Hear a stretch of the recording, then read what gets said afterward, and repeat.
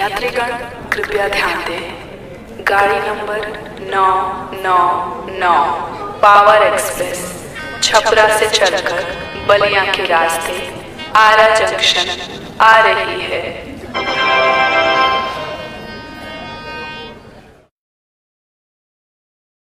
ये देख रहे हो विनोद, अब तक तो ये पावर स्टार ही थे, अब तो पावर एक्सप्रेस भी बन गए। अब क्या होगा, अब कैसी खलबली आएगी, ये तो कल सुबह 11 बजे आपको जब सारेगामा भोजपुरी पर ये टीजर रिलीज होगा तो पता तो चल ही जाएगा।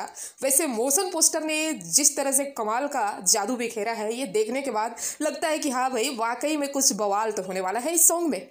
जी हाँ, आपने क्या सुना कि पावर एक्सप्रेस बलिया से होते हुए छपरा से होते हुए बलिया के रास्ते आरा जंक्शन पहुंच रही है। वाह क्या बात है, गजब तरीके से इस चीज़ को पिरोया गया है, डायलॉग बनाया गया है।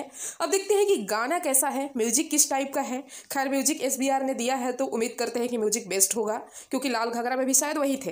तो म्यूजिक राइटर सब लोग तगड़े अंदाज में आ रहे हैं। कल सुबह 11 बजे आप लोग तैयार रहिए और इस मेरे वीडियो को शेयर कर दीजिए ताकि सब तक ये खबर पहुँचे और जानकारी मिले।